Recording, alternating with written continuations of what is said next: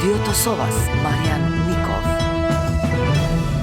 Добро утро, вести во 8. Државниот завод за статистика пресмета раст на македонската економија од 3% во првиот квартал од оваа година.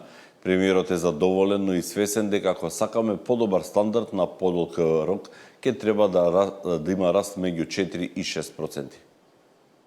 3% раст на економијата во првиот квартал, објави статистиката. Според сезонските прилагодени податоци, кои ги регистрира Евростат, растот изнесува 3,2%. Со вакви бројки нашата земја е четврта во Европа, после Данска, Полска и Ирска. Реформите даваат резултат, задоволен е премиерот Мицкоски. Растот е 2,5 пати повисок од европскиот просек. Поглавието на стагнација и несигурност е затворено. Станува збор за првиот квартал од годината, кој што секогаш е најслаб, би рекол, и најпредизвикувачки. Сепак, доколку сакаме до 2030-та да бидеме уште поисоко на европската економска скала, мораме да го одржуваме просекот кој што ќе биде поголем од 4%. Се разбира, тоа не зависи само од нашите внатрешни параметри, тоа многу зависи и од екстерните фактори. Премиерот очекува бројките за раст на економијата до крајот на годината да се движат меѓу 3 и 4%, но за да почувствуваат поголем стандард граѓаните и поголем бенефит фирмите, на подолг рок ќе треба повисоки стапки. Ние ќе мораме да книжиме раст кој што ќе биде помеѓу 4 и 6% на подолг рок. И тоа се стремиме како влада да го направиме, дали ќе успееме, времето ќе покаже. Целта беше на оваа влада да ги решиме дупките во продуктивноста и вработувањето. Но она што е важно, дека покажавме дека државата конечно функционира. И тоа го гледаме денес. Во странските инвестиции што растат, во индустриското производство што се стабилизира и веќе, би рекол, втор квартал поред е позитивно. Статистиката најголем пораз регистрира во секторот градежништво и научни и технички дејности, над 7%, како информации и комуникации скоро 5%. Финалната потрошувачка која учествува со скоро 70% во структурата на бруто домашниот производ, во првото тримесечје реално пораснала за 1,9%, увозот на стоки и услуги за 5,8%, додека извозот за само 1,2%. Бруто инвестициите пак во првиот квартал бележат пораст за 18%. Наташа Мерсовска, Сител телевизија. Марта Кос се понуди да ни ги олеснува односите со Бугарија во пресрет на денешното гласање за извештајот за Македонија. Македонија видела секакви извештаи, но не и некаков напредок. Бугарите стојат на тоа дека Македонија мора да го испочитува она што го договориле со претходната влада, наспроти позициите на актуелниот премиер дека уставни измени нема да има се додека не се добијат гаранции, дека тие ќе бидат последната пречка на патот до Брисел. Стратегијата на македонската дипломатија, Европската унија да прифати документ за малцински права е правилна, вели поранешниот амбасадор во Софија Маријан Ѓурчев за тоа каков е нашиот одговор на последните обиди на Софија да го девалвира македонскиот идентитет.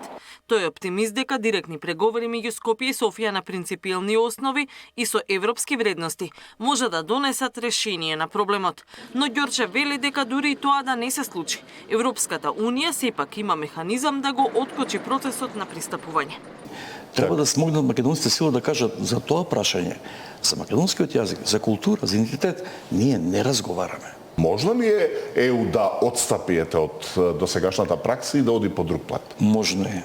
Можно е, за тоа му даваат право на ЕУ Луксембургската спогодба од 66 година и Мастрих од 91 година. Во Мастрих Европска унија отстапи од суверенитетот и кажа дека може за одредени политички прашања со квалификувано мнозинство да се донесе одлука во Советот на премиерите на Европската унија. Еврокомесарката Марта Кос денеска се понуди да ги олеснува разговорите меѓу Скопје и Софија. Иако вели, билатералното прашање мора да се надмине, а процедурите на Брисел за пристапување да се поедностават. Сепак е децидна дека уставните измени мора да се случат. That's why I have offered my personal possibility to facilitate. Andrei, why? Because sometimes I see that there are different understanding of what is going on. And if we can help, then I'm ready to sit 24 hours as long as it is necessary to come to the solution. And yes, the North Macedonia has to change the constitution. Then we will move on with the accession process. Бугарските европратеници пак тврдат дека нема билатерален проблем, туку има неисполнување на превземени обврски. Во пресрет на гласањето на извештајот во Европскиот парламент, премиерот тврди дека владата ја завршила домашната работа, но треба да се почека гласањето. На вчерашниот ден имав голем број на телефонски разговори, министерот за надворешни работи исто така, други луѓе од владата исто така разговаравме во текот на денот и да почекаме утрешниот ден. Председателката на државата не одговори конкретно дали има потврда од бугарска страна за средба меѓу представниците од двете земји на предстојниот самит на НАТО во Хаг. Но коментирајќи ја последната резолуција донесена во бугарскиот народен парламент, Силјановска-Давкова вели дека е навредлива. Навредливо е такво нешто да се направи, зошто? Бидејќи во стартот го оневозможувате заедничкото чекорење низ диалог. Суштината на преамбулата во договорот за добрососедство и пријателство е таа да помагаме, можете да помогнете некому со разбирање. Извештајот на Европскиот парламент во кој се истакнува посебноста на македонскиот идентитет и јазик доаѓа по две клучни посети од Брисел во Скопје. На Кошта, кој рече дека нема план Б за евроинтеграцијата на Македонија, но и по посетата на Калас, која пак рече дека ако планот А не успее, ќе се премине на алтернатива. Катерина Нешкова, Сител телевизија.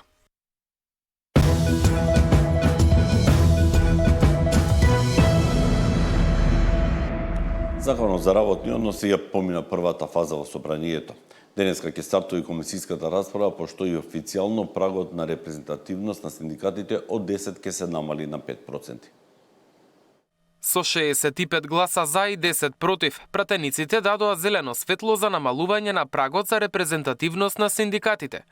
Собранието ја изгласа потребата од измени во Законот за работни односи и предлогот веќе утре ќе се најде на Комисијата за економски прашања. Ние веруваме дека на ваков начин со повеќе синдикати кои што ќе седат на таа маса, на тој трипартитен диалог, ќе може да се направи поголем притисок и врз работодавачите, но и врз владата во начин на исполнување на повеќе синдикални и работнички барања. Присутните синдикалци се задоволни што од сега еден синдикат ќе се смета за репрезентативен, ако неговото членство брои 5% од вработените во државата. До сега знаеме дека имаше 10% репрезентативност, тоа беше голема бројка на вработените членови да се собери, буквално тврдам дека нема ни еден од синдикатите и имавме застој во социјалниот економскиот совет. Овој момент за мене среќен сум што се донесува еден ваков акт.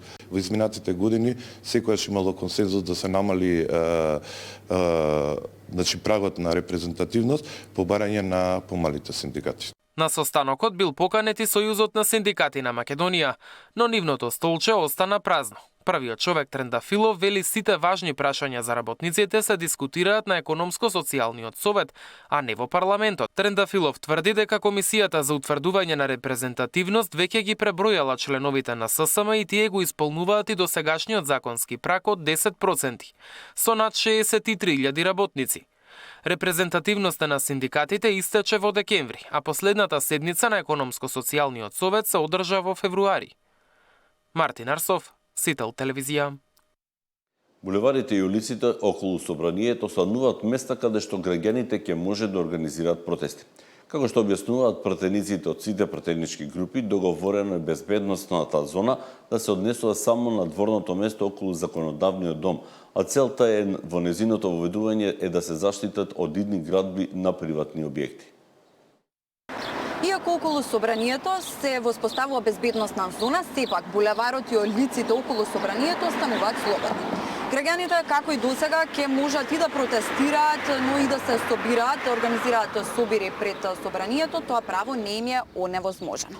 Она што ќе биде безбедносна зона се објектите во дворот на собранието, како и главниот и споредните влезови, меѓутоа и оној 1,5 хектар теревни кој што се наоѓа во дворот на собранието.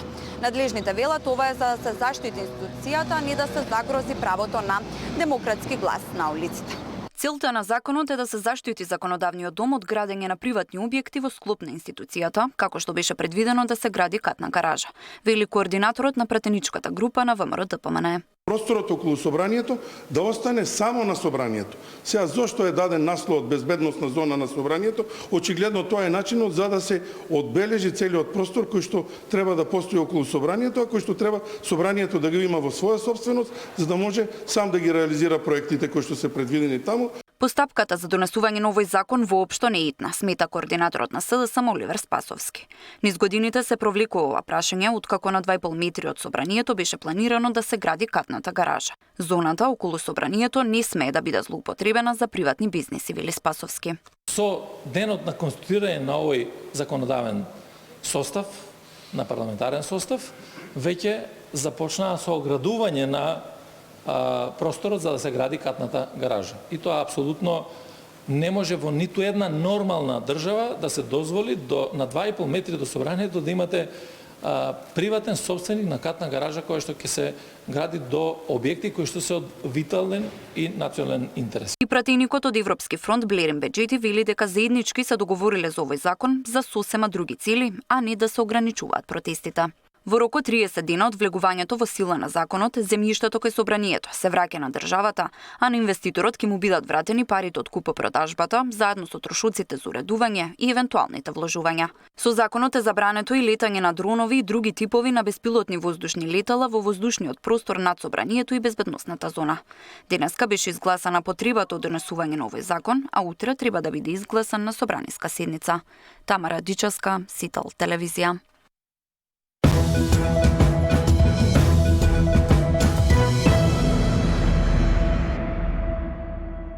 Ракометното првенство влегува во свет